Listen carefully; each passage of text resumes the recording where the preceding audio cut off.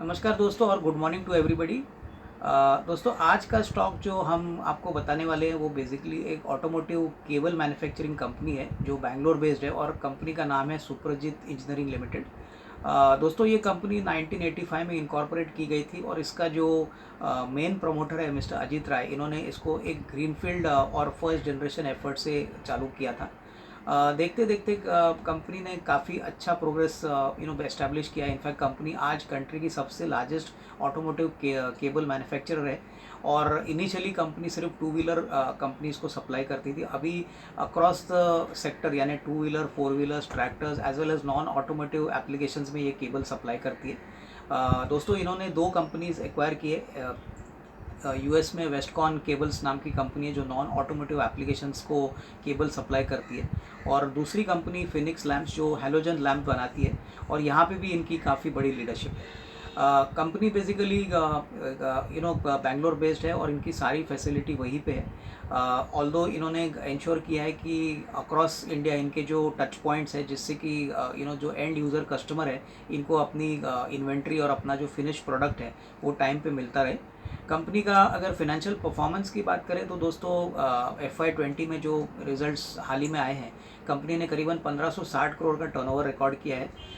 कामकाजी मुनाफा यानी ऑपरेटिंग प्रॉफिट की बात करें तो करीबन 219 करोड़ का प्रॉफिट रिकॉर्ड किया है और करीबन 104 करोड़ का बॉटम लाइन इन्होंने रिकॉर्ड किया है। कंपनी की इक्विटी काफ़ी छोटी है, करीबन 14 करोड़ है और यहाँ पे करीबन 45,000 शेयर होल्डर है। तो कंपनी वैसे तो लो इक्विटी वाली कंपनी है लेकिन काफ़ी वेल डाइवर्सिफाइड है शेयर होल्डर्स के पॉइंट ऑफ व्यू से और लिक्विडिटी काफ़ी ठीक ठाक है।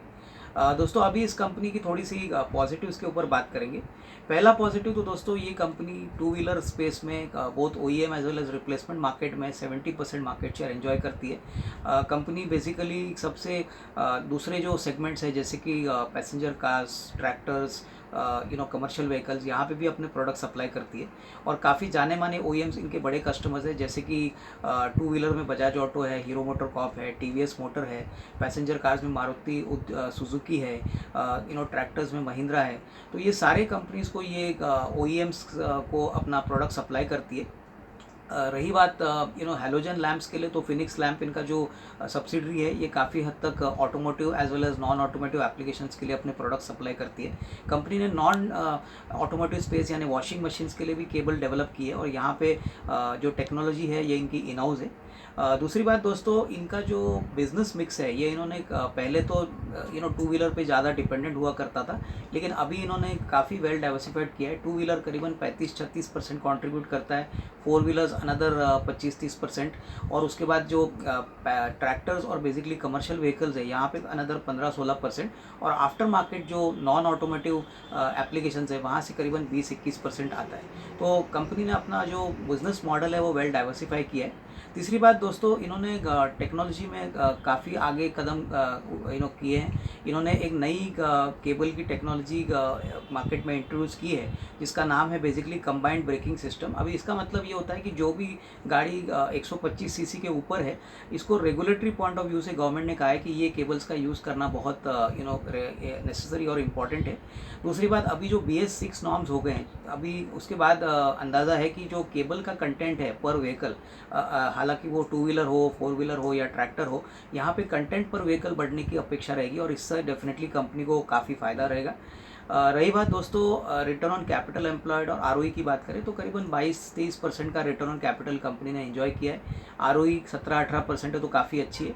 डिविडेंड भी कंपनी ने पिछले साल करीबन 150% डिविडेंड दिया था और करीबन 18-20% का पे आउट है, तो ये भी काफ़ी अच्छी बात है। मोस्ट इंपॉर्टेंटली इंस्टीट्यूशनल ओनरशिप दोस्तों काफ़ी इंटरेस्टिंग है।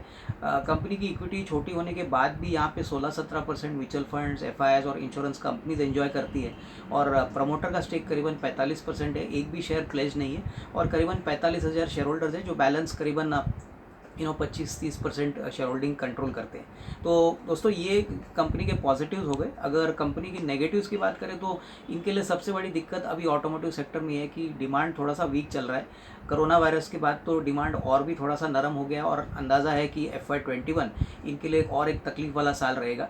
हालांकि कंपनी के पास वेल डाइवर्सिफाइड कस्टमर बेस है, बैलेंस शीट भी ठीक ठाक है, बिजनेस मॉडल भी अच्छा है। कंपनी मानती है कि आने वाला साल के लिए इनको थोड़ा सा तकलीफ का दौर गुजरना पड़ेगा और जो भी ग्रोथ आएगी वो FY22 में आएगी। मोर और लेस जो नेगेटिविटी सेक्टर की है वो स्टॉक प्राइस में ऑलरेडी रिफ्लेक्ट हो चुकी है। करीबन एक साल पहले दोस्तों ये स्टॉक करीबन 200-210 चल रहा था और अभी 130-140 चल रहा है, तो करीबन 30-35% का करेक्शन पीक प्राइस से ऑलरेडी हो चुका है। कंक्लूजन में हम यही कहेंगे दोस्तों कि यहाँ पे निवेश करने का मौका इसलिए है क्योंकि कंपनी एक uniquely placed auto cable company है जो almost majority market share country में एंजॉय करती है।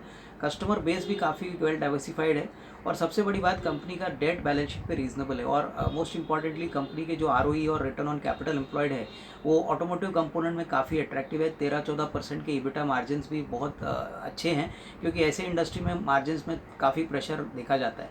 तो डेफिनेटली इस स्टॉक पे नज़र रखिए। हमको लग रहा है कि इस स्टॉक में निवेश इस लेवल से अगर कोई खरीदता है तो डेफिनेटली अच्छा खासा रिस्क रिवॉर्ड मिलने की पॉसिबिलिटी रहेगी। तो ये स्टॉक अपने वॉच लिस्ट और रडार पे ज़रूर रखें। तो दोस्तों इसी के साथ आज का हमारा ये 5 मिनट का स्टॉक आइडिया ख़त्म हो गया। उम्मीद है आप सबको पसंद आया होगा। धन्यवाद, थैंक यू।